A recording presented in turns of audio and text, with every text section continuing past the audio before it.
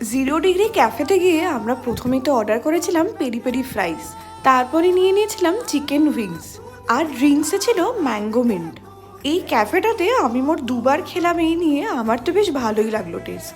এই ক্যাফেটার ইনফ্যাক্ট ইন্টেরিয়রটাও বেশ সুন্দর, আমার তো বেশ ভালো ভালো ছবি উঠেছে এখানে।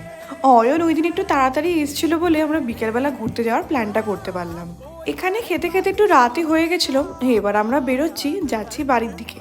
সুবিধা একটাই যে এখান থেকে আমার ফ্ল্যাটের ডিস্টেন্সটা খুব বেশি না, 15 থেকে 20 মিনিট। তো 25শে ডিসেম্বরটা আমার তো বেশ ভালোই কাটলো। কাল থেকে তো আবার অফিস আছে, কিন্তু তাও মনে খুব খুশি, কারণ অয়ন এখন 1 সপ্তাহ প্রায় থাকবে। সারাক্ষণ থাকতে পারবো না এটা তো ঠিকই, কিন্তু অফিস থেকে ফিরে এসে বাড়ির কাউকে দেখতে পারবো, এই ফিলিংটাই আলাদা। ফ্ল্যাটে ঢুকলাম সকালবেলা, ওর জন্য আমি পেস্ট্রি আনিয়েছিলাম। 25শে ডিসেম্বর একটু কেক না খেলে হয়? তো এই ভিডিওটা এখানেই শেষ করছি, দেখা হবে পরের ব্লগে।